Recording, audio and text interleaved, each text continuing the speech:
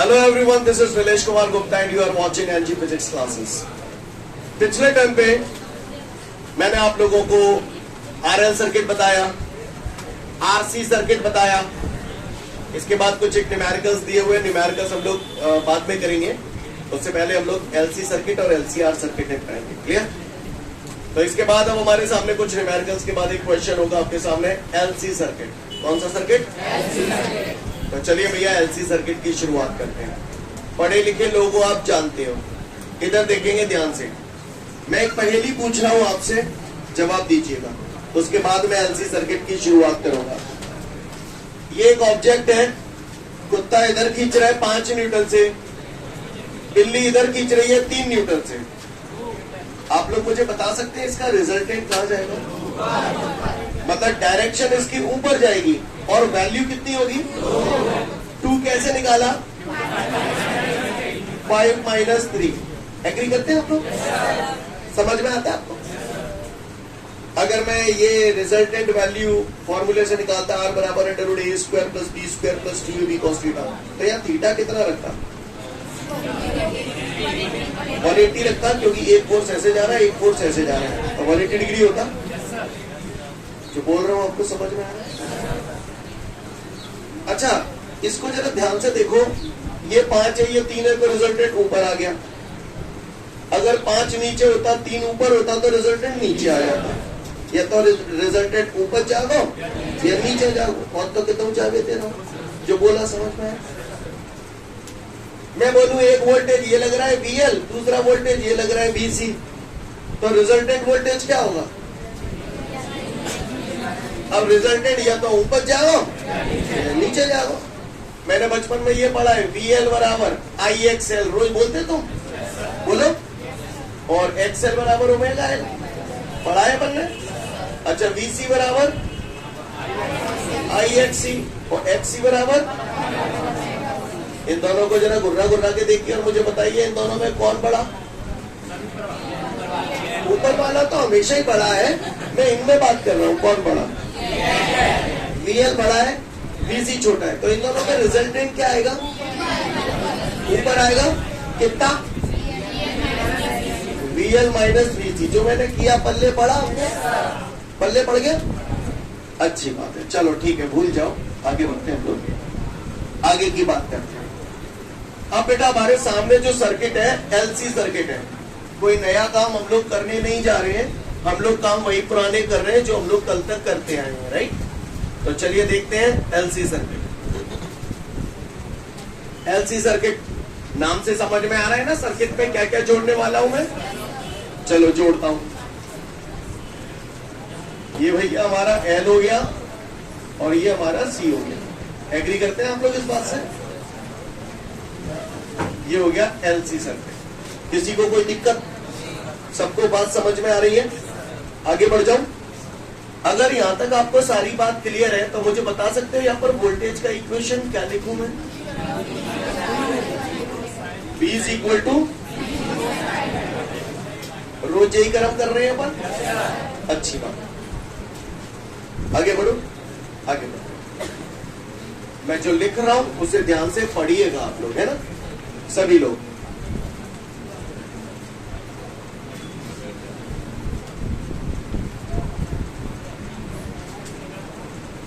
हाँ भैया, potential across the, ये क्या है? Inductance. Potential across the inductance क्या लिखूं? VL बराबर क्या लिखूं आप बताओ? तो हमें मालूम है V बराबर क्या होता है? IR होता है, तो क्या लिखूंगा मैं यहाँ पर? I। अब रेजिस्टेंस, तो एक अकेले L का ही तो वोल्टेज निकाल रहे हो, सिंगल कंपोनेंट का निकाल रहे हो तो रेजिस्टेंस सिंगल का ही लेंगे, समझ गए? अब किसका निकालूं, क्या लिखूं? अगली लाइन आप बताओ, मैं नहीं बताऊंगा। Potential across the capacitor, capacitor capacitance चलेगा, तो VC बराबर IXC। समझ में आया सबको? अच्छी, चलो अच्छी, चलो इसका फेजर डायग्राम बना। LIC मैंने सुना है आपको रेटेड है, और क्या क्या आने वाला है? एल कैसे बनाऊं, इशारे से बताओ, हाथ से, ओपन। यू मीन टू से दिस इज एल या वी एल? अब क्या बनाऊं? सी नीचे बनाऊं, वी सी, और क्या बनाऊं? आई ऐसे। अच्छा, वी आर बनाते हैं इसी को ऊपर, नहीं बनाऊं? क्यों नहीं बनाऊं? अच्छा, समझ गए, बन गया बेसिक डायग्राम। मुझसे पूछ रहा है बट्टा, सबसे पहले रिजल्टेंट वोल्टेज बता दो एलसी सर्किट का, रिजल्टेंट वोल्टेज। तो चलिए निकालते हैं हम लोग इसे। रिजल्टेंट वोल्टेज, रिजल्टेंट को कौन से लेटर से डिनोट करते हैं? बी से डिनोट करते हैं, बोलो भैया। अब मुझे मालूम है काय को रिजल्टेंट निकालना है, वोल्टेज को। क्या वोल्टेज है? 1 0 1 0। अब इन दो वर्ड को रिजल्टेंट या तो ऊपर हो या नीचे हो, सही बोल रहा हूं ना, है ना? तो रिजल्टेंट निकालने के लिए फॉर्मूला होता था आर बराबर √a² + b² + 2ab cos theta. तो रिजल्टेंट वोल्टेज को हम लोग कैसे डिनोट करते थे? V से। तो V बराबर √ फिर आप लिखते थे a² + b² + 2ab cos theta. या A के तौर पर VL है, B के तौर पर VC है। एग्री करते हैं इस बात से? तो VL² + VC² 2VL VC cos 180 degree. जो बोला पल्ले पड़ा, समझ में आ रही बात से? अच्छी। V बराबर √VL² + VC²। अब आप गौर से देखिए, cos 180 -1 होता है, -1 का 2VL VC से मल्टीप्लाई करूंगा। यहां तक किसी को कोई दिक्कत? इससे पहले कि मैं इस सवाल को बेटा आगे ले जाऊं, यहां पर कुछ बात बता दूं। मुझे ये बताओ a - b का होल स्क्वायर क्या होता है? यही कहना चाहते हैं? अच्छा, b - a का होल स्क्वायर, तो b²। अब आप बताओ, ये और ये सेम ही तो है, ये और ये सेम है, और ये भी तो सेम ही है। यानी a² + b² - 2ab को मैं a - b का होल स्क्वायर भी लिख सकता हूँ या b - a का होल स्क्वायर भी लिख सकता हूँ। दोनों ही करेक्ट है। समझ गए? जो बोला पल्ले पड़ा आपको। आप गौर से देखिए, a² + b² - 2ab, डिजाइन वही बन रहा है। अब मैं इसे क्या लिखूं? VL - VC का होल स्क्वायर। क्लियर? क्या मैं इसे VC - VL का होल स्क्वायर नहीं लिख सकता? लिख सकता हूं। तो यहां पर मैंने जो साइन बनाया है ना, नेगेशन साइन बनाया है। नेगेशन यानी डिफरेंस, जो बड़ा हो उसमें से छोटा घटा दो। क्लियर? VL बड़ा है, VC छोटा है, तो VL में से VC घटा दो। VC बड़ा है, VL छोटा है, तो VC में से VL घटा दो। यानी कहने का तात्पर्य यह है कि भैया ऐसा मत कर देना कि अंडर रूट के अंदर माइनस आने लगे, क्योंकि अंडर रूट के अंदर अगर माइनस आ जाता है तो हम लोग कॉम्प्लेक्स नंबर में चले जाते हैं, आयोटा आने लगता है। समझ में आ रही मेरी बात? तो रूट के अंदर माइनस कभी नहीं आना चाहिए। तो VL और VC में से जो बड़ा है उसमें से छोटा घटा दो। कहानी समझ में आई? और ना समझ में आ रही तो बाहर में जान दो। के बाद VL - VC को उसके तो समझ में आएगी होगी। तो बस बढ़िया, स्क्वायर पे रूट कटी जाओ तो हटी जाओ। तो V बराबर त्याही आया लाल रे। मैं नेगेशन साइन भी लगा सकता हूँ या माइनस का साइन भी लगा सकता हूँ, कोई दिक्कत? आगे बढ़ जाओ। कौन आ गया? कौन आ गया? हाँ, अब आप बताओ। इस हाँ समझ गए ना? अब तो आदत पड़ गई होगी। हाँ, देख देख क्या बोल रहे हो आप? पड़ेगा तुमको। अब मुझसे इम्पीडेंस ऑफ द सर्किट पूछ रहा है। क्या पूछ रहा है? हाँ, इम्पीडेंस ऑफ द सर्किट। पूरे सर्किट का इम्पीडेंस मुझे निकालना है। तो ये V काय का वोल्टेज है? अच्छा एक मिनट, V बराबर VL - VC आ गया, रिजल्टेंट वोल्टेज आ गया। तो ये इधर बना दो ऐसे। ये रिजल्टेंट वोल्टेज VL - VC, यही तो आया। इसके बराबर है ये V। कहानी समझ में आई? अच्छी बात। तो गांव वालों, ये V काय का वोल्टेज है? इस पूरे सर्किट में काय का वोल्टेज है? पूरे को मिलमा, सही बोल रहा हूं? क्योंकि रिजल्टेंट बोल रही हो ना आप इसे, तो पूरे सर्किट का वोल्टेज है V बराबर आई आर। तो आई हो गया करंट। जब वोल्टेज पूरे सर्किट का है तो करंट भी पूरे सर्किट का लेंगे। अब चूंकि सीरीज कॉम्बिनेशन है तो सीरीज कॉम्बिनेशन में हर जगह करंट सेम रहता है, इसलिए आई लिखा गया। अब बात आती है रेजिस्टेंस। रेजिस्टेंस की जगह क्या लिखा? Z, क्योंकि वोल्टेज पूरे सर्किट का तो करंट पूरे सर्किट का, और रेजिस्टेंस भी पूरे सर्किट का। पूरे सर्किट के रेजिस्टेंस को क्या बोलूंगा? Z। सफिक्स में LC लगाना चाहता लगा सकता हूँ। चलो आगे, VL की जगह VC की जगह नहीं, यही बात समझ। आई जेड बराबर आई बाहर आ जाएगा एक्सएल माइनस, या नेगेशन साइन भी लगा सकते हैं, ये वाला समझ गए? आई आई काटी गई तो जेड बराबर एक्सएल माइनस, क्या ये बात आई तो पढ़ा रहे जनरल क्लियर है? तो ये क्या आ गया बेटा? इम्पीडेंस ऑफ द सर्किट आ गया। क्या आ गया? ये इम्पीडेंस ऑफ द सर्किट आ गया। जेड बराबर एक्सएल माइनस एक्स। आगे बढ़ जाओ, अच्छी बात है। एग्जाम में आप यहां तक कर देंगे, पर्याप्त है। फिर भी अगर आप बढ़ाना चाहें तो एक्सएल बराबर एक्सी बराबर, ठीक है, समझ गए? और बढ़ाना चाहे तो आप घर में बढ़ा लिए अपने, ओमेगा बराबर 2 पाई है। क्लियर है? आगे बढ़ जाओ। चूतियों की तरह रिएक्ट मत करना, सोच समझ के जवाब देना। जवाब दोगे तो सुनो, ध्यान से सुनिएगा सब लोग। मुझे ये बता दो, इंपीडेंस आ गया, फेज एंगल कितना? रुको रुको, आसान नहीं है, आपके नोट्सों में फेज एंगल निकाला भी नहीं। लिसन, पर बताना है। पहले ये बताओ, जैसे ही मैंने बोला फेज एंगल बताओ, तो फेज एंगल में हम एंगल किस किस के बीच में देखते हैं? जी, करंट और वोल्टेज के बीच। पूरे सर्किट को करंट देखेंगे, पूरे सर्किट को वोल्टेज देखेंगे, और फिर के बीच के एंगल है फेज एंगल कहते हैं। क्या मैं देखिए देखेंगे? समझ में आ गया? जवाब मिला? बेसिक क्लियर है तो जवाब मिला। फेज एंगल वोल्टेज और करंट के बीच में देखा जाता है। करंट 0 और पूरे सर्किट को वोल्टेज जे 0, तो दोनों कितने डिग्री का एंगल हो गया? तो किसी पट्टे ने अगर मुझसे पूछ मारा कि भैया ये जो एलसी सर्किट होवत है उसमें फेज एंगल कितना होवत है, तो मरवत दिया का 90 डिग्री होता है। नहीं है मेरी बात समझ? पूछे तो बता देना, नहीं तो कोई दिक्कत नहीं। ठीक है, आगे बढ़ू। अब ध्यान से सुनिए,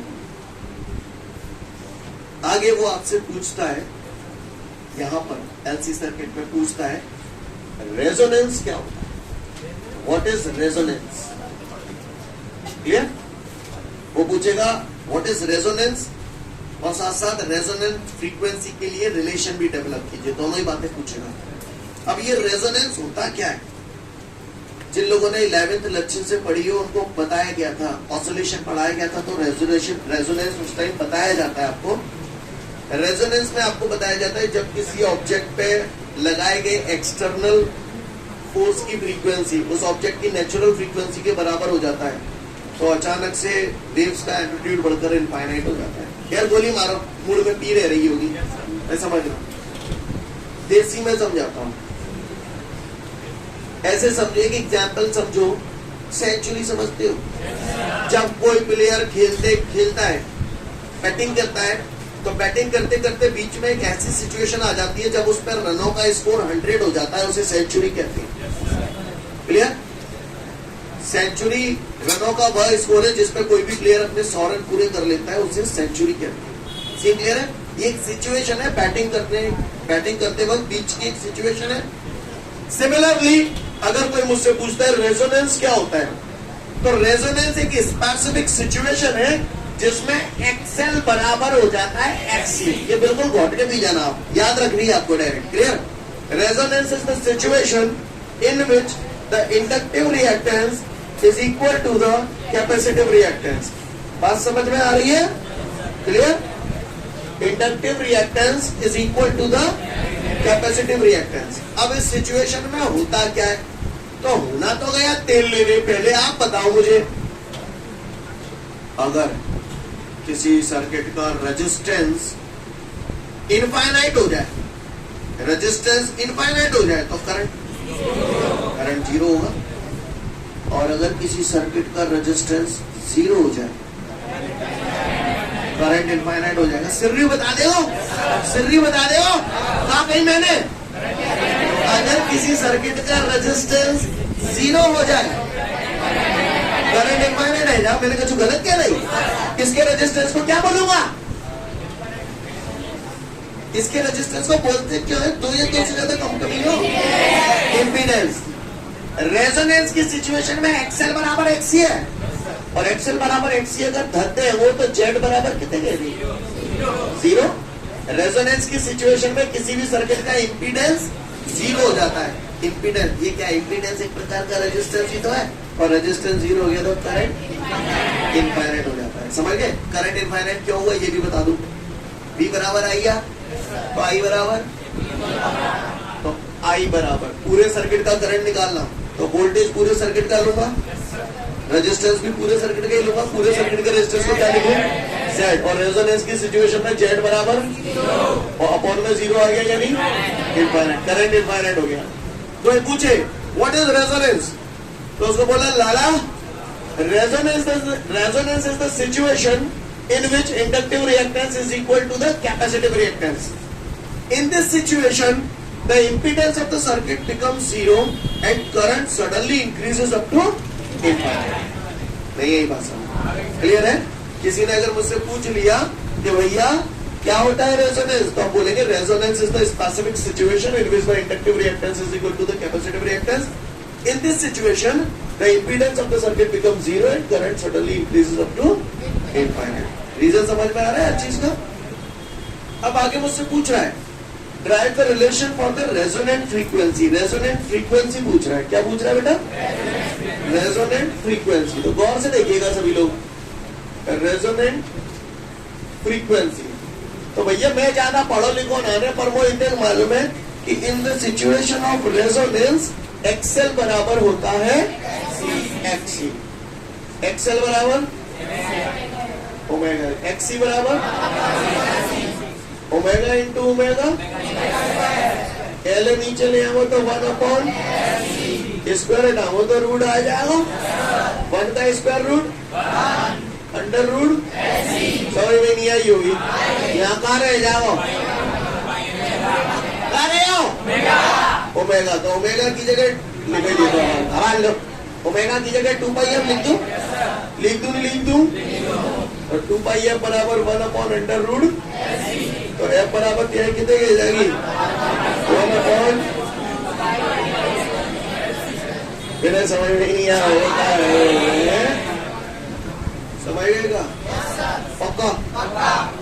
लिसन, वो बोलेगा define LC circuit on the basis of following heads. क्या बोलेगा, define LC circuit on the basis of following heads. Number 1 circuit diagram, number 2 phasor diagram, number next resultant voltage, next is impedance, define resonance and relation for the resonant frequency. नहीं है मेरी बात समझ करवाएंगे पक्का, सोच लो, चलो आगे। तो फटाफट देख लो, 2 से 3 मिनट के बाद अनुमान बनाओ तुम्हें। तो मैं उम्मीद करता हूँ कि एलसी सर्किट आप सभी लोगों को क्लियर है। एलसीआर सर्किट के बाद हमारा अगला सर्किट है एलसीआर सर्किट। कौन सा सर्किट, एलसीआर सर्किट। आइए देखते हैं एलसीआर सर्किट। तो एलसी तो तैयार है, तैयार रेडीमेड काम, आर लगा दो, गलत करता हूँ मैंने लाना रही। तो ये कौन सा सर्किट हो गया, जी हाँ मेरे भाइयों, लाचार सर्किट, ये तो एलसीआर सर्किट। देखते हैं एलसीआर सर्किट में क्या कहानी होती है। जो भी करना है आपने ही करना है, समझ गए, समझ गए, पक्का लिखूं, पोटेंशियल अक्रॉस द रेजिस्टेंस, क्या लिखूं, समझ गए? यहाँ तक किसी को कोई दिक्कत? अच्छी बात है। अब रेल चलेगी भैया। अब पट्टन ने आए, गौर से देखिएगा सभी लोग, देखेंगे हम लोग, गौर से देखिए on the board. Look everyone. चलो, इससे पहले कि मैं रिजल्टेंट वोल्टेज पे आऊं, थोड़ा सा फ्लैशबैक में चलते। अभी मिटाया मैंने, एलसी सर्किट पढ़ा था ना। एलसी सर्किट में रेजोनेंस की सिचुएशन में इंपीडेंस 0 था, है ना, और करंट इनफाइनाइट था। एलसी सर्किट में इंपीडेंस 0 था, करंट। एलसीआर में अभी प्रूव करके बताऊंगा। एलसी में इंपीडेंस कितना था?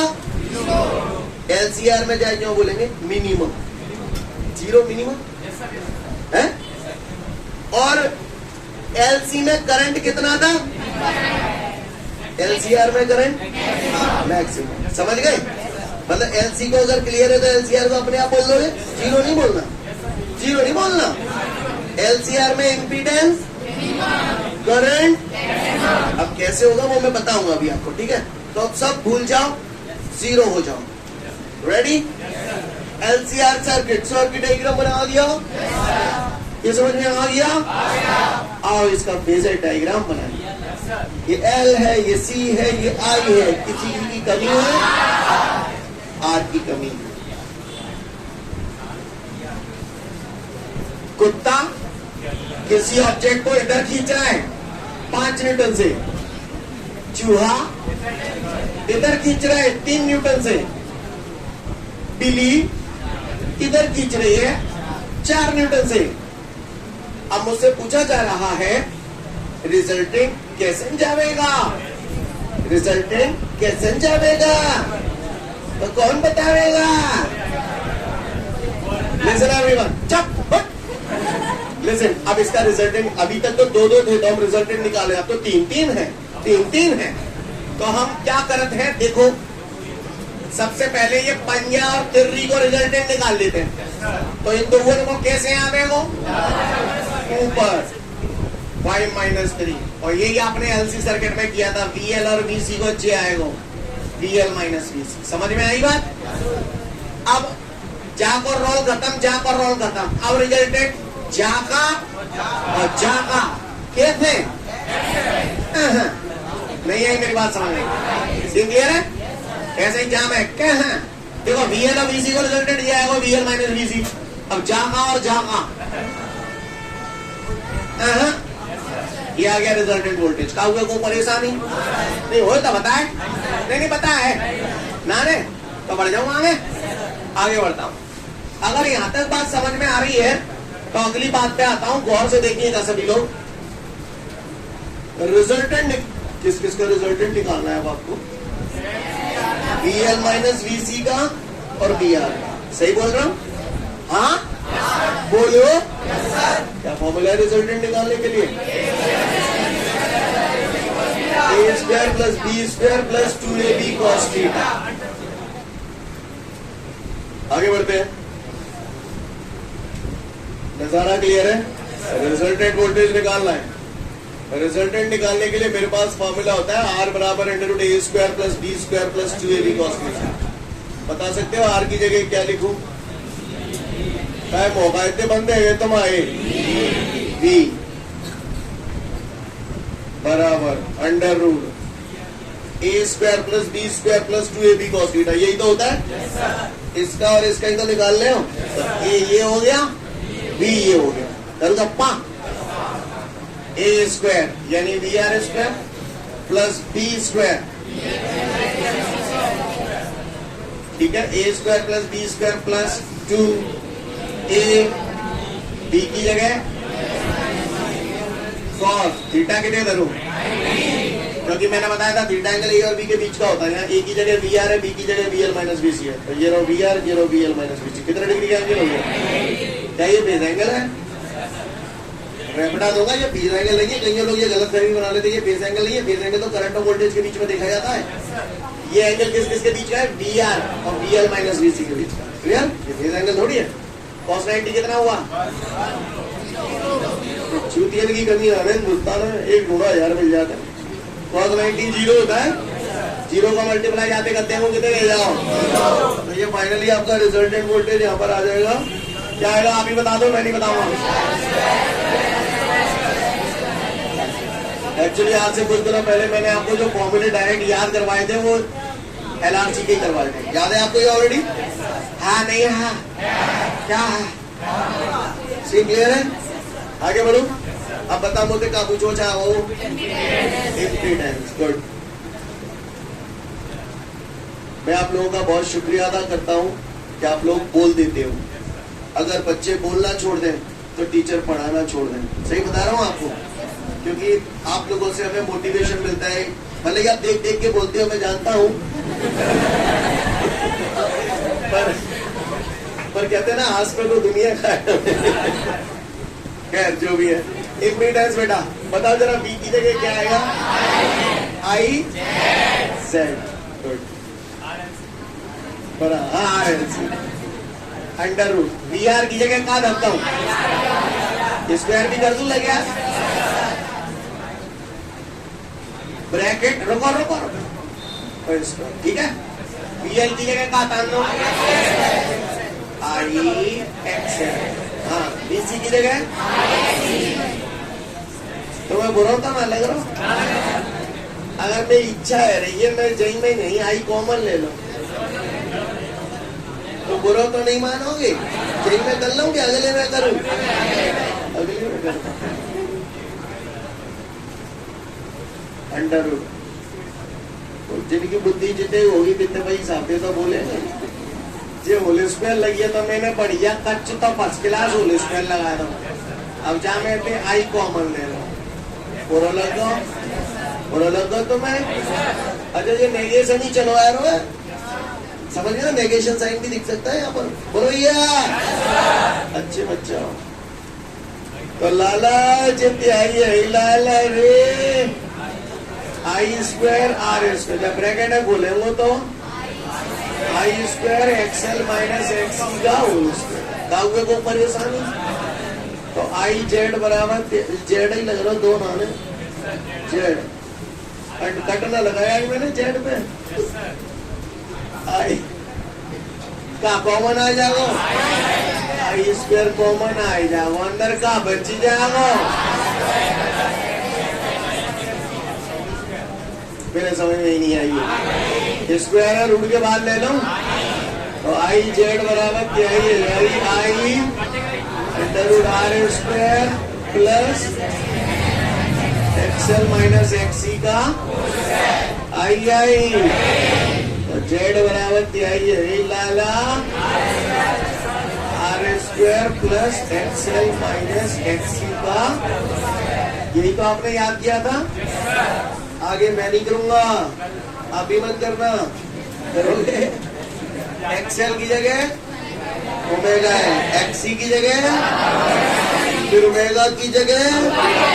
ये सारे कर्म तो आप लोग कर ही लोगे। करके बताऊं? नहीं तो कर देता हूं, नहीं करूं, आगे बढ़ जाऊं।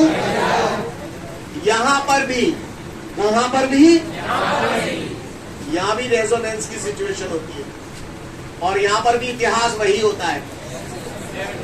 इतिहास दोहरा रहा है अपने आप को पर अलग अंदाज में। क्लियर? तो जो LC में वही LCR में। रेजोनेंस की सिचुएशन में XL बराबर होता है XC। ठीक है? कॉम्परेटिव स्टडी करा रहा हूँ, समझने की कोशिश। पहले तो यही समझ लो। रेजोनेंस की सिचुएशन में XL बराबर XC, राइट? XL बराबर XC हो जाएगा तो आपको याद है LC सर्किट में कितना हो गया था? इम्पीडेंस 0 हो गया था। Z बराबर 0 हो गया था क्योंकि XL बराबर XC था, राइट? अब यहाँ पर Z कितना हो जाएगा वो देखते हैं। तो रेजोनेंस की सिचुएशन में XL बराबर XC है तो ये टर्म तो 0 हो गया। जाए तो लिखने की जरूरत हो तो ना नहीं, केवल R स्क्वायर बचेगा, इसमें तो रूट कटे जाएगा तो Z बराबर R बचा। नहीं यही बात समझ क्लियर है? समझना। हेलो समझना। आज तुम्हारे पास 5 प्लस 2 रुपया है, बोलना मत, तुम समझ गए तुम्हारी जेब में क्या रुपए, कल तुम्हारे पास 5 रुपया रहे, बढ़ गए घट गए कितने, आज इम्पीडेंस R² प्लस इतना है, लेकिन रेजोनेंस की सिचुएशन में चूंकि एक्सएल बराबर XC होता है इसलिए ये 0 हो गया। अब आप बताओ इम्पीडेंस बढ़ गया या घट गया? घट गया। इम्पीडेंस मिनिमम हो गया, घटना यानी मिनिमम हो गया, और काय के बराबर हो गया, ओमिक रेजिस्टेंस के बराबर हो गया। यानी रेजोनेंस की सिचुएशन में LCR सर्किट में इम्पीडेंस ऑफ द सर्किट काय के बराबर होता है? ओमिक रेजिस्टेंस के बराबर हो जाता है। यानी इम्पीडेंस की वैल्यू मिनिमम हो जाती है या मैक्सिमम हो जाती है? जैसे LC में 0 हो रही थी तो यहाँ क्या बोलेंगे? मिनिमम। क्लियर? इम्पीडेंस मिनिमम हो जाएगा। और करंट, इसका करंट अगर हमें निकालना है तो I बराबर, पूरे सर्किट का करंट निकालना है तो I बराबर V/Z। और चूंकि रेजोनेंस की सिचुएशन में निकालना है तो Z किसके बराबर हो जाएगा? R के। तो Z बराबर R। तो ये कौन सा करंट आएगा? मैक्सिमम। नहीं है मेरी बात समझ में? सेम क्लियर है? कोई दिक्कत? अच्छा, फिर इसमें ये भी पूछेगा what is the relation for the resonant frequency. तो आप रेजोनेंट फ्रीक्वेंसी के लिए यही कहानी सेम एज इट इज आएगा। नहीं यही बात समझ में? तो this is the relation for the resonant frequency. क्या मैं उम्मीद करूं कि हम लोग LCR सर्किट समझ गए? समझ गए नहीं समझ गए? तो फटाफट रेजोनेंट ये पूरा ये देख लो LCR सर्किट। ठीक है, यहां तक सारी बातें समझ में आ रही है? अगर उसने पूछा यहाँ पर फेज एंगल कितना है, फेज एंगल, तो भैया फेज एंगल आप बताओ किस किस के बीच में देखा जाता है? Zero current zero voltage. तो ये तो फेज एंगल होगा नहीं होगा? होगा ना? तो चलिए इसका फेज एंगल भी निकालते हैं हम लोग। गौर से देखिएगा सभी लोग। फेज तो बचपन में पढ़े थे perpendicular upon base. tan phi perpendicular, angle के सामने वाली साइड परपेंडिकुलर होती है। और ये कितना है? BL माइनस बेस कितना है? VR। समझ गए? तो फाई बराबर tan inverse BL minus VC upon, और आगे बढ़ाना है तो और आगे भी आप इसे बढ़ा सकते हैं। BL की जगह क्या लिख लो? वैसे जब होते ही बढ़वाओगे तो IXL। VC की जगह IXC। VR की जगह तो ये आ जाएगा तुम्हारा फाई बराबर tan इनवर्स, क्या कॉमन आ रहा है? अंदर का बच जाएगा अपॉन II।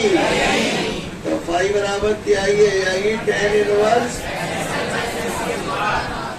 समझ गए? क्लियर? और आगे घरे बढ़ा लिए। क्लियर है? बात समझ में आ रही है सभी को? कोई दिक्कत? फटाफट देख लो इसे। और LCR सर्किट में आपके में ये रेजोनेंट फ्रीक्वेंसी लिखा नहीं है, आप लोग लिख लेना है ना। अब इधर देखें, इसी में यहाँ पर एक लाइन लिखी हुई है, रेजोनेंस की सिचुएशन में वोल्टेज और करंट के बीच का जो फेज एंगल है वो 0 डिग्री दे रहा है। तो क्यों दे रहा है? कहानी समझना है। रेजोनेंस की सिचुएशन में XL बराबर XC, बोलो XL बराबर XC रहोगे तो यहाँ पर लिसन, ये कहता हूँ XL माइनस XC। तो रेजोनेंस में XL बराबर XC है तो ये टर्म 0 हो जाएगा। 0 के अपॉन में R 0। सही बोल रहा? अब tan अगर जाना होता तो ये क्या आ गया हमारा? tan phi बराबर 0 आ गया। सही, इधर देखो, चलो इधर देखो, दोबारा बताओ। अपन ने ये फॉर्मूला याद करो, tan phi बराबर XL minus XC upon R चाहे तो लिख सकते हो, जो समझ में आ रहा हो। रेजोनेंस की सिचुएशन में XL बराबर XC होता है तो ये क्या हो गया? 0 अपॉन R बराबर tan phi। समझ में आई? बोलो भैया, 0 अपॉन R क्या हो जाएगा? तो tan phi बराबर 0 हो गया। tan phi बराबर 0, tan 0 डिग्री की वैल्यू 0 होती है तो ये हो गया tan 0 डिग्री। tan से tan टर्न में जाएंगे, phi बराबर 0 डिग्री। नहीं आई मेरी बात समझ में? सीन क्लियर है सभी को? किसी को कोई दिक्कत? आगे बढ़ो। ये अच्छे ओटियों में काउंट होता है, अगर आ जाए तो अच्छी बात है, नहीं तो चांसेस कम है। उतारना चाहो तो उतार लो इसको। ओके, तो फिर आज के लिए पर्याप्त है, कल फिर मिलते हैं। Thank you everyone, have a great day to all of you guys. जय हिंद।